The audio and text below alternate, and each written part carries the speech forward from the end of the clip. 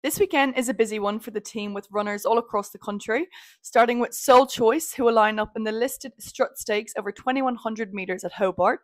This 3-year-old daughter of Redoute's Choice came so close on her last start when she was second by a small margin in the Tasmanian Guineas. Can she go one better on Friday? I thought Soul Choice was incredibly brave last start. Bumped into a very smart performer, taking on the boys on that occasion. She's stepping back to the fillies grade here. I think that's certainly going to suit her. She looks to be a class above, just going on a recent form. And if she sort of can reproduce that once again, she's certainly going to be very competitive and feel very hard to beat on this occasion. Raduna is another exciting mare who has made the journey to Hobart to contest the Group 3 Bow Mistress Trophy. This daughter of Fastnight Rock has 2 trials under her belt leading into the race. Is she ready to rock and roll? Raduna showed great progression in her last campaign. She really went from strength to strength. She's here first up and continues to show good improvement throughout her campaign. I expect that to be the case off the back of this, but certainly got a nice and forward enough for a first up performance. I expect her to be very, very competitive here and well placed in this grade. Military Mission will look to add the Hobart Cup to his name on Sunday. How did he pull up after his 3rd place finish in the Australia Day Cup a fortnight ago? His run in the Australia Day Cup was excellent, off what looked to be a very strong tempo on that occasion. I thought he stuck on very well. He's pulled up in great shape. He's travelled down to Melbourne and onto Hobart in great shape. He's arrived there in good order. Looks a lovely race for him. Moving to Friday's night meeting at Moonee Valley, you have Gold Revolver in the 3-year-old benchmark 64 handicap over 1200 metres. This gelding by Russian Revolution won his last 2 starts. Can he keep his winning streak intact?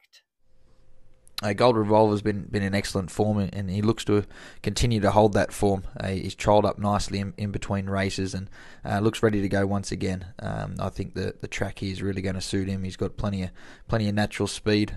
Look to utilise that, and hopefully he can continue his winning streak for us. Nominator will run in the benchmark 72 handicap over 1100 metres at Canterbury.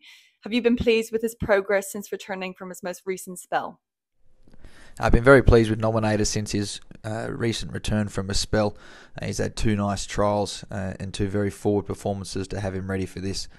He's a natural speed horse. I think the 1100 metres around Canterbury will be an ideal track and distance for him. He's nice and forward for his first up run, so expecting a very positive performance from him first up. Major Artie has made the journey up to Queensland, where he is set to run in the Class 6 plate at Doomben on Saturday over a mile. He's been knocking at the door for a win this campaign. Can he get the job done? Major Artie's returning to Queensland to race at Doomben on Saturday. He's certainly been successful previously when placed up there, and he can travel and perform well on the road. He's heading up there again, looks well placed in this particular race.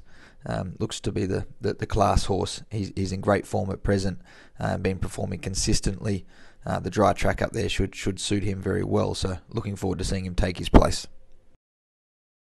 Moving to Victoria, Tarabo is the stable's sole representative at Sandown. He secured a great 2nd placing last time out behind Dorothy Gale and is set to run in the Group 3 Blue Diamond Prelude. Talk us through his chances. Tarabo was open to good improvement off his first up run, so expecting to see that from him when he tackles what looks to be obviously tougher opposition here in the Group 3 Prelude, just stepping up in class, but he settled into Melbourne in great shape. Thought he's worked up very, very strongly in between runs, and as I said, he was certainly open to improvement off his first up performance, so looking forward to seeing him make his debut in Melbourne for us and hopefully put himself on a Blue Diamond path. Saturday's action in New South Wales takes place at Rosehill Gardens, and North Star Lass will make her highly anticipated return to the races in the Group 2 Lightfinger Stakes. What can we expect to see from this daughter of Zoustar on Saturday?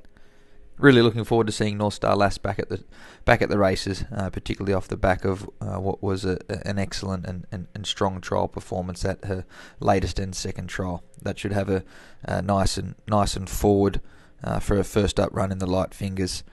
She's naturally usually very, very forward in her campaigns, performs well fresh, so I expect that to be the case. She's versatile and can handle all conditions, so any chance of a rain-affected track, certainly feel she'll be well placed. Coincide, Perfect Proposal, and GANBARE are all on track to run in the $2 million English Millennium. Talk us through each of their chances.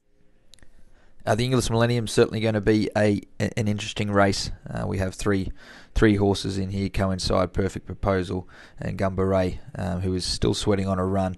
GANBARE, he's drawn widest of the runners out in barrier 20. He's coming through what was an excellent performance first up at Canberra, where he won. He's certainly going to continue to improve off that. He'll enjoy a high pressure race. He'll just need a little bit of luck from that draw if he can get the run. Perfect Proposal went down first up in the Widden Stakes. She was no doubt disappointing on that occasion where she started favourite. She had a few excuses for that, and certainly feels she can turn her performance around here on this occasion. She's drawn very well to get the run in the race. Coincide is coming through what appears to be a very strong form race. I thought he did a lot right on debut. It was a good performance. He's certainly open to good improvement in regards to his fitness coming out of that first up run. So he's had 3 weeks between races, plenty of time to improve in that regard. He looks versatile on the conditions. He'll just need a little bit of luck from his draw. Brunelli has returned with a bang, and he will look to notch his second win this campaign for First Light Racing in the benchmark 88 handicap over 1,300 metres. What type of race are you expecting him to run?